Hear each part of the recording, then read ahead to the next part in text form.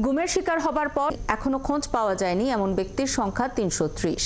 তাদের বেঁচে থাকার সম্ভাবনা ক্ষীণ বলে জানিয়েছেন গুম সংক্রান্ত তদন্ত কমিশনের প্রধান অবসরপ্রাপ্ত বিচারক মইনুল ইসলাম চৌধুরী। তিনি জানান, এই ৩৩০ জনের মধ্যে কেউ ভারতের কারাগারে কিংবা অন্য কোথাও আছেন কিনা তা খতিয়ে দেখা হচ্ছে। এছাড়া বগুড়া পুলিশ লাইনে গোপন বন্দিশালার খোঁজ মিলেছে বলেও জানিয়েছে এই কমিশন। আরও জানাচ্ছেন মহিম মিজান। গুমের সাথে জড়িত কিছু ব্যক্তির জন্য পুরো বাহিনীকে আতঙ্কিত না হওয়ার আহ্বান জানিয়েছেন গুম সংক্রান্ত তদন্ত কমিশন।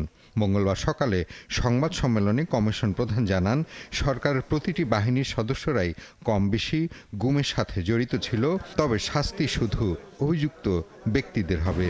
বাহিনী প্যানিক স্ট্রিকেন হওয়ার কোনো কারণ নাই, বা এই জন্য কারণ নাই কারণ এটা যেসব সদস্যরা গুমের সাথে জড়িত এটা তাদের পার্সোনাল ক্রিমিনাল লায়াবিলিটি, এবং কোনো বাহিনী এইসব সেই পার্সোনাল ক্রিমিনাল লায়াবিলিটিকে ওন করা ঠিক না। তিনি আরও জানান, ভারতের বিভিন্ন কারাগারে ১৬৭ জন বাংলাদেশির নাম পেয়েছে কমিশন।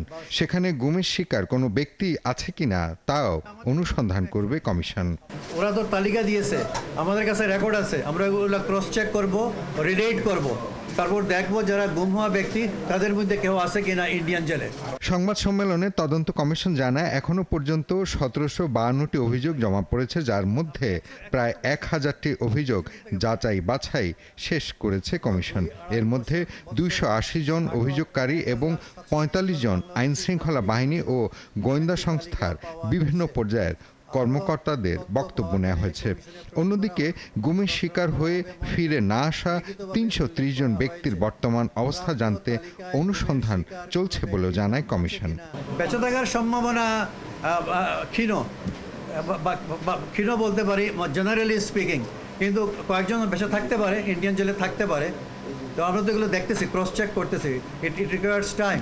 কমিশন প্রধান জানান, গুমের সাথে জড়িত ব্যক্তিদের ব্যক্তিগত ফৌজদারির দায় পুরো বাহিনীর উপর পড়বে না।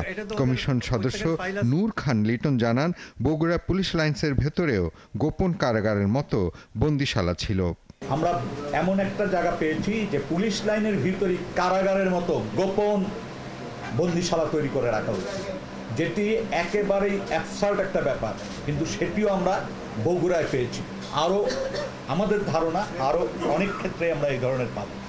বর্তমানে বিভিন্ন পদে থাকা অনেকে গুমের সাথে জড়িত অভিযুক্তদের পক্ষে থাকার চেষ্টা করে নিজেরাও ফৌজদারি অপরাধে জড়িয়ে পড়ছে, যা না করার আহ্বান জানিয়েছে গুম সংক্রান্ত কমিশন। এগুলো গত ১৫ বছরের মধ্যেই বানানো হয়েছে। মহিম মিজান, ৭১, ঢাকা।